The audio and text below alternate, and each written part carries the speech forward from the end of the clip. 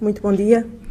Agradeço o convite à doutora Rosário Sobral e à PT por estar aqui hoje nesta sessão que pretende divulgar a necessidade de termos recursos formativos de qualidade. Na verdade, esta tem sido a nossa preocupação ao longo de todos estes anos, e já são alguns anos. Rosário Sobral já não sei, mas quantos anos nós estamos nisto? Já são bastantes. Uns 6, 7, creio eu. E, na verdade, quando este desafio se me foi colocado, eu fiquei muitíssimo entusiasmada. Porque, desde sempre, eu sou uma académica, no entanto, tenho muitas ligações com a prática, portanto, acompanho muitas organizações e, muitas vezes, doentes, sobretudo com demência, que a minha área da especialidade é demência, e sinto essa necessidade absoluta dessa difusão da informação. E, portanto, quando nós começamos com isto, foi uma aprendizagem absolutamente nova. Não tínhamos a ideia do que era necessário e fomos descobrindo como fazer. E isto, na verdade, foi uma progressão, porque que conteúdos científicos são necessários, como se transmite isto em imagem e como é que se transmite isto numa linguagem acessível, correta, com todos os princípios para a população em geral. Este foi o grande desafio. Tenho-vos a dizer que, na altura, não havia nada disponível em Portugal. Hoje também não há mais do que isto. E eu quero-vos dizer que eu estou num estudo europeu, porque eu pertenço ao grupo de demências do Instituto de Medicina Molecular da Faculdade de Medicina de Lisboa, e estamos num consórcio europeu em investigação. Eu sou responsável pelo PECATS 2, em que estamos a preparar recursos formativos para uma plataforma europeia para a demência de início precoce. Ou seja, é as pessoas com demência que estão entre os 45 e os 65 anos. Isto para Portugal parece que não é muito importante, mas nós temos efetivamente um grupo de pessoas, porque o diagnóstico está acessível, há maior conhecimento, há centros especializados de grande qualidade em Portugal e, portanto, estas pessoas têm dificuldades em chegar ao diagnóstico e de ter informação adequada a este grupo etário, porque quer cuidadores, quer familiares, quer cuidadores, quer doentes estão numa fase da vida diferente da demência tardia depois dos 65 anos. E, portanto, os problemas da vida são diferentes. Os problemas da doença também são, mas, sobretudo, os problemas da vida são diferentes. E nós, quando fizemos uma prospecção de materiais que havia ou de orientações em Portugal que havia, encontramos zero. Porque o primeiro pacote era exatamente procurar o que é que havia escrito em português sobre demência de início precoce. Tenho-vos a dizer que pouco existe sobre demência de início tardio, muito pouco, e demência de início precoce é zero. Tanto mais que nos fez confrontar os responsáveis políticos para saber, e políticos e das organizações de gestão da saúde, para nos confrontar se isto era verdade. Portanto, estão a ver como isto é uma preocupação fundamental. E, portanto, esta plataforma visa dispor de informação que seja de acordo com as necessidades das pessoas, dos cuidadores e dos doentes com demência de início precoce. E porquê é que isto é importante? E essa foi a questão que nos pôs no momento. Nós precisamos de difundir informação. Mas que informação? Todos nós temos acesso, e hoje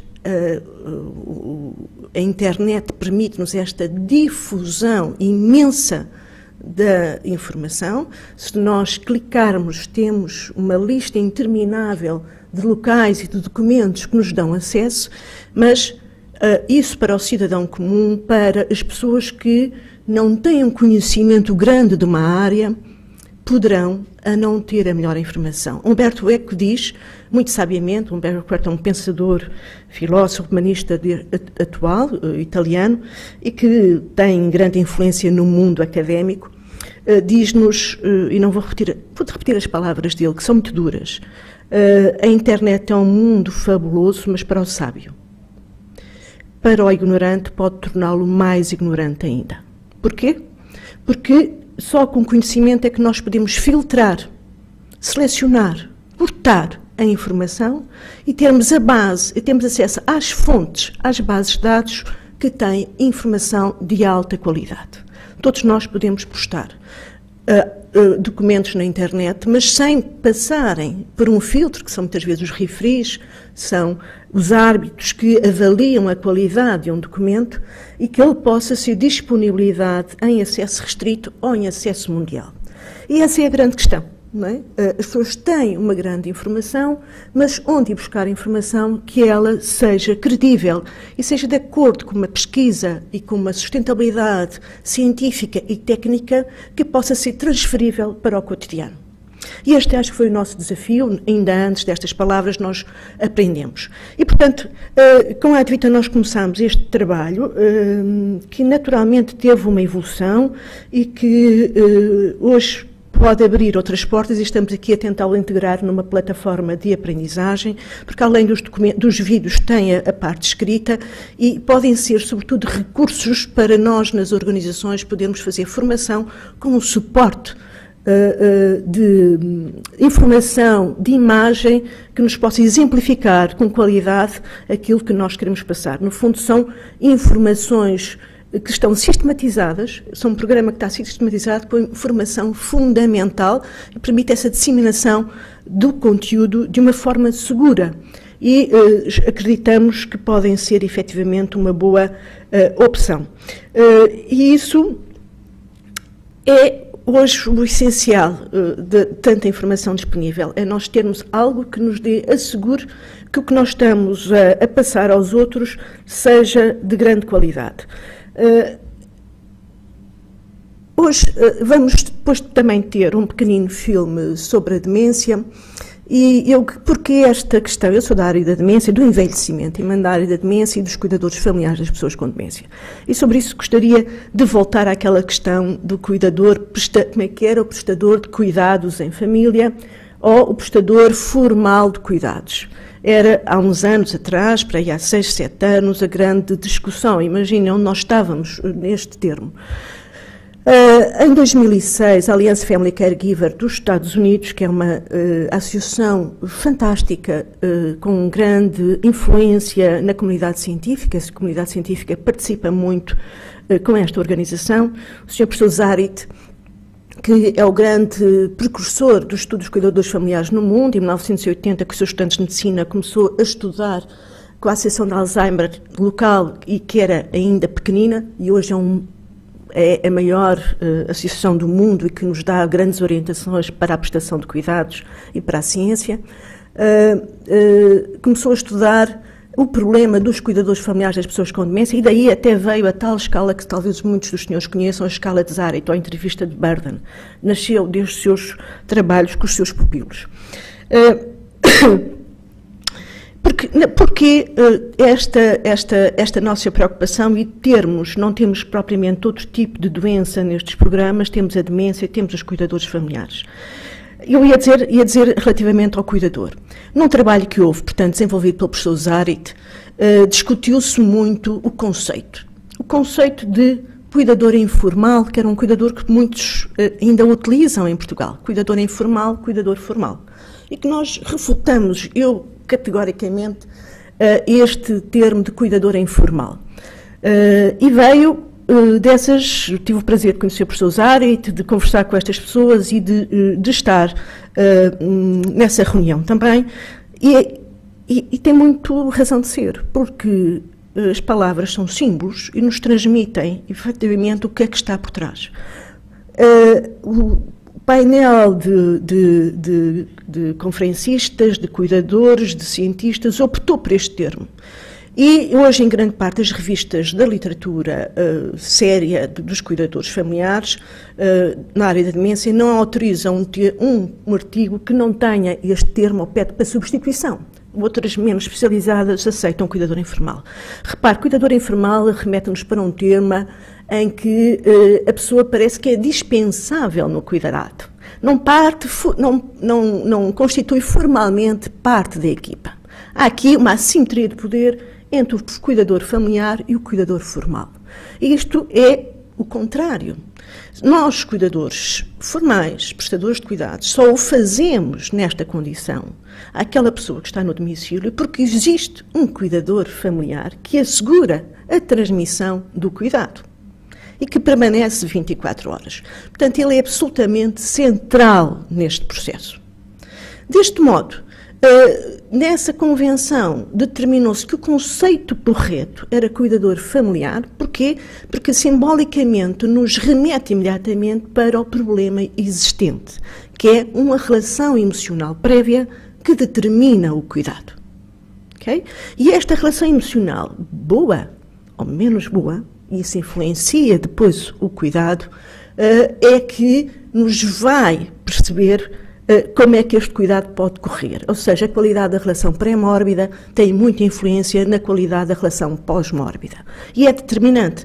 E faz parte exatamente do nosso modelo de stress de Berlin como o contexto de cuidado prévio e a relação prévia como uma das características que vai influenciar todo o processo do caregiving. Caregiving é um processo de dávida de cuidados continuada. E, portanto, não sei se têm noção, mas os cuidadores das pessoas com demência são aquelas que têm o maior encargo entre todas as doenças. São os cuidadores que morrem mais cedo entre todos os cuidadores. Os cuidadores em geral morrem mais cedo que a população em geral. Os cuidadores de pessoas com demência morrem mais cedo que os cuidadores de pessoas com deficiência motora apenas. Porquê? Porque estão sujeitas a um stress prolongado. Não esqueçam que a demência atualmente pode chegar aos 15, 20 anos. A média de morte é por volta dos 12 anos, varia um bocadinho entre o tipo, mas, portanto, estão expostos a um stress continuado, que é absolutamente deletério, e que leva ao aparecimento da doença e o aparecimento da morte prematura. Têm também maior risco, 3 a 4 vezes maior risco de adoecer com demência. Portanto, fez-se para nós essa importância de desenvolvermos também esta área dos cuidadores familiares, com elementos centrais do problema, e da área da demência, porque é aquela que nos é mais difícil e que vai ser a pandemia, ou é a pandemia do século XXI. A Organização Mundial de Saúde considera uma via prioritária para o século XXI, portanto é uma prioridade em saúde pública e considera que nós temos que alocar recursos para poder viver. E viver não só nos cuidados à demência, mas também na prevenção da demência, que neste momento nós só temos com melhores estilos de vida, e na ocupação e no trabalho pós-reforma, que é para nós um problema. Ou seja, os países do Norte que foram ali apresentados têm hoje um grande envelhecimento, mas desde há 30, 40 anos as coortes de dependência têm baixado. Esse é que é o grande desafio. Nós vivemos muito tempo em Portugal, mas vivemos muito tempo dependentes. Quer na Suécia, quer na Noruega, quer na Dinamarca, as pessoas vivem muito tempo independentes. E isso tem a ver com uma política de envelhecimento ativo que vem desde as idades jovens e que foi um plano nacional. Um plano nacional levar a que as pessoas continuem ativas na sua preparação para a reforma e depois da reforma. Hoje a ciência apenas nos diz que isto deve ser a melhor forma de prevenção da doença, não eliminando a doença que vai aparecer, ou pelo menos podemos comprimir a doença. Esta compressão da morbilidade é um conceito importante. No fundo, o que nós queremos e que a Organização Mundial de Saúde e que apelamos é que haja uma compressão da morbilidade, ou seja, a morte, a dependência, a compressão da morbilidade, ou seja, a doença apareça mais perto da morte. E deste modo, eu creio que vale a pena só passarmos agora um pouco o filme, se quiserem que eu dê mais algum esclarecimento. Sugere? Ou passa o filme? Passa o filme? Podemos falar um bocadinho depois ou falamos no fim? No fim?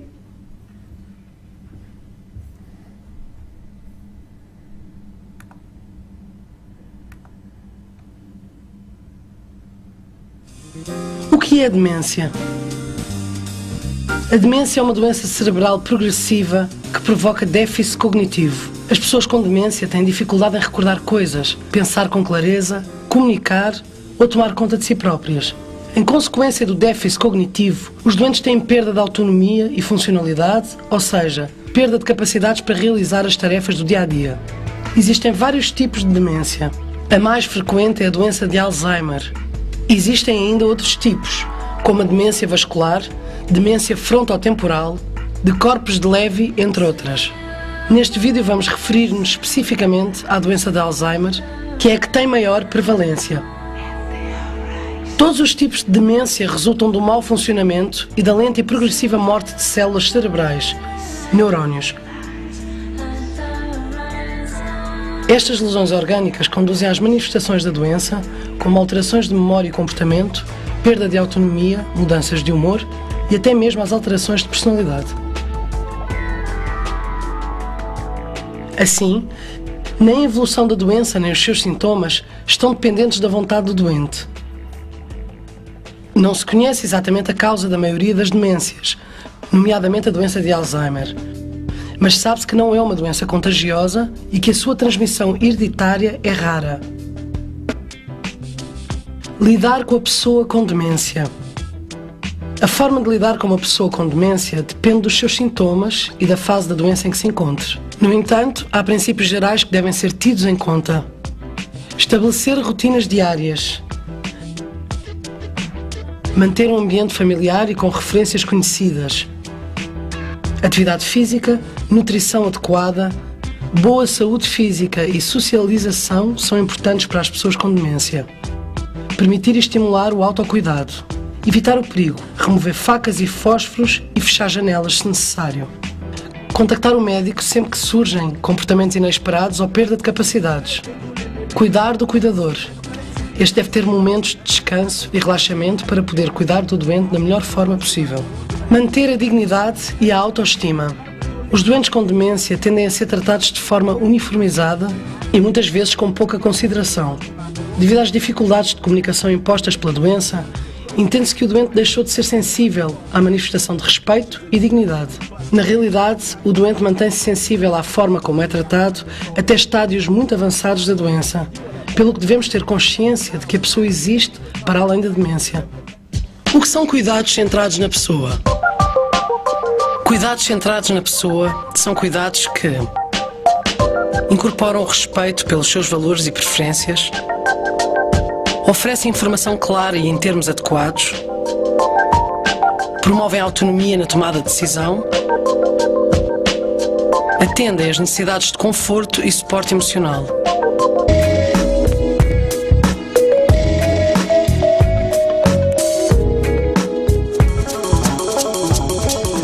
Os cuidados centrados na pessoa requerem responsáveis de serviço e prestadores de cuidados que escutem as pessoas idosas, respeitem a dignidade e privacidade, reconheçam as diferenças e necessidades específicas, incluindo necessidades culturais e religiosas, habilitem e possibilitem as pessoas idosas a efetuar escolhas, proporcionando a informação possível, envolvendo-as em todas as decisões sobre as suas necessidades e cuidados. Os cuidados centrados na pessoa são uma atitude e não um procedimento. A flexibilidade é o ingrediente principal para prestar cuidados realmente centrados na pessoa e não nas tarefas. Muitas vezes queremos despachar as higienes, como se estivéssemos numa linha de montagem. Cada um faz uma parte e tudo acaba num segundo. Centramos-nos no banho, na refeição, mas não na pessoa que precisa de cuidados. Eu tinha fome e não podia comer sozinho. A senhora deixou o tabuleiro fora do meu alcance e depois comunicou a minha falta de apetite. Eu tinha sede e não podia beber sem ajuda. A senhora pôs uma garrafa na mesa de cabeceira e depois tomou nota que eu não tinha bebido nada.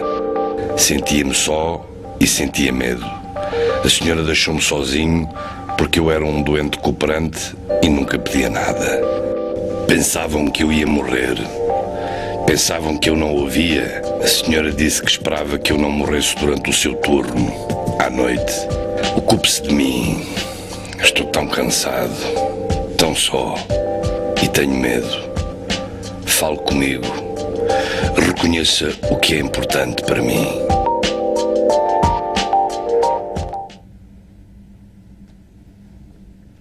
Ora bem, foi uma breve mostra do que são 3 módulos: cuidadores familiares, cuidados centrados na pessoa e na demência.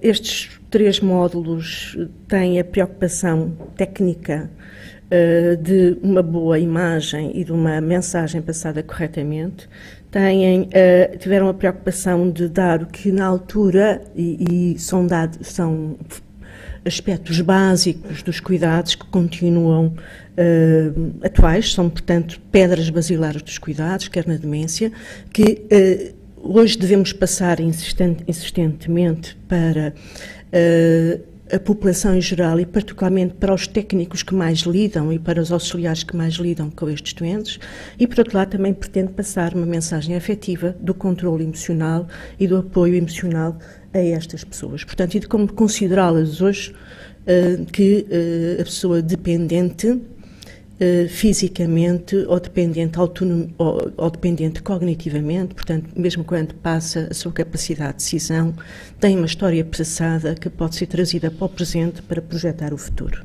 Muito obrigada, ficarei para algumas perguntas se quiserem fazer no fim.